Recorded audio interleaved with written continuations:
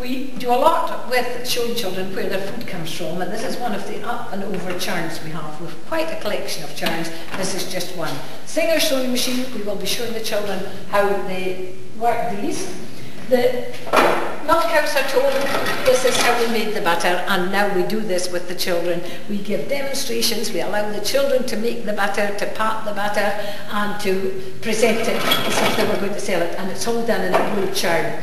We also tell them about the storage and how it was kept. We tell them how the cheese was made in the croft. We have here a virtual croft house, and this is like my own home was in Galtarity in the 50s.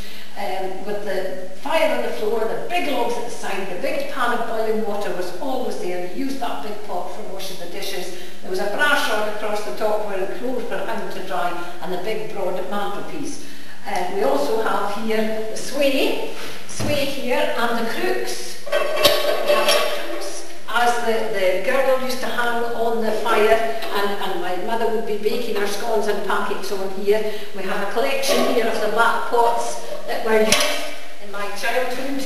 We go around here to show the way, just the old dress and the way the dishes was, and there was always the bells on the wall to blow the fire. The little table with the books on it was, the Bibles were regarded as the books in those days, and a family worship was always in it, and the books were set on a wee table on their own with the tilly lamp, and that was the only heat and light that we had in our home. The big clock, the little table, everything is just as old-fashioned as we can, I can remember it. The horse here looking in the window just gives the sort of country feel to this 3D drawing. The quiche, which we all had a quiche for keeping clothes and blankets in. The bedroom, with the potty under the bed, a very necessary part when the toilet was outside in the garden.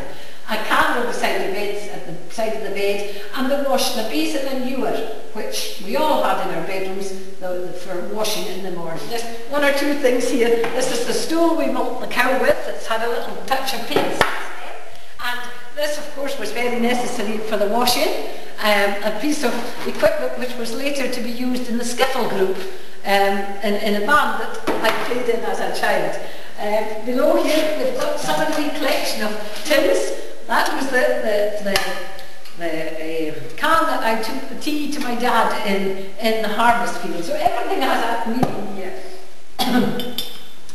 the hot water bottle, or the peg as it was known, this is the solid iron, which was used for doing collars and smaller items of clothing. We went on from that to the first gas iron I ever remember having, and this was the gas. This is a gas iron.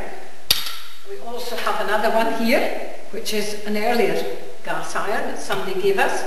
The last for doing the boots, and these are something which you hardly ever see because you don't see a cobbler nowadays, but this is a boot last, and in here we've got some of the leather soles and some of the heel pieces and the tackets that were put in the boots. This is something right from my childhood because it was a part that when we had a lot of people in for the harvest or the tatty lifting, there was always a big pan of potatoes, big pan of broth, and roast boiler brisket. This big wooden spoon we used to take the potatoes out of the pot and put them onto a bowl, and it's still got the teeth marks on it. The tilly lamp, as I mentioned before, is one of the only item that gives us heat and light.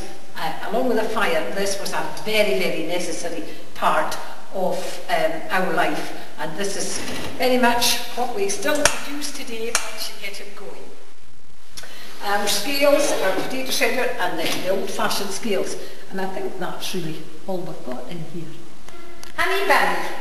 Honey is a beautiful little rabbit.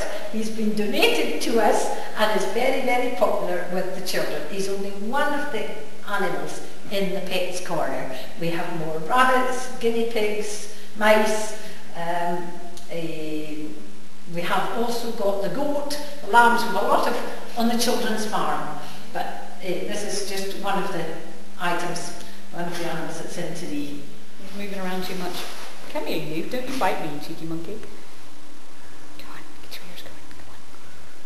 Come on. No, I'm not going to play at the minute. All day a week. Isn't a good boy?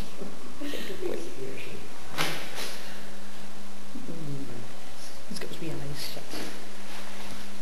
Collection, the private collection of the first, one of the first trustees with me in this Rural Education Trust. This collection belongs to Jim Leslie, and Jim has donated it to us. He has left it in his will to his son, but he's donated to us for 20 years.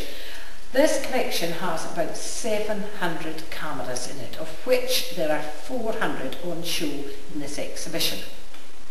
The exhibition has been all set out in different headings. We've got home movies in the making, we've got the Polaroid revolution, we've got round the world in 80 cameras, Kodak across the centuries. And it's really, to people who are interested in cameras, it's a wonderful exhibition. There's nothing like this north of Glasgow. So for anybody who'd like to come and see it, it's open here for people to view. We also have brought in some of the old here, and on the other wall a collection of old photographs depicting crofting in the area and also on the island of Mark. These pictures have been donated, or photographs have been donated by local people, and they give a lot of information and interest to folk of that era and what went on here in Lochaber. We also have for the children, they'll have seen the little cameras here, and this display is Focus on Fun, which is just tiny little cameras. There's all kinds, there's the first Barbie and whatnot, so everything here has a story and they're all told what they are.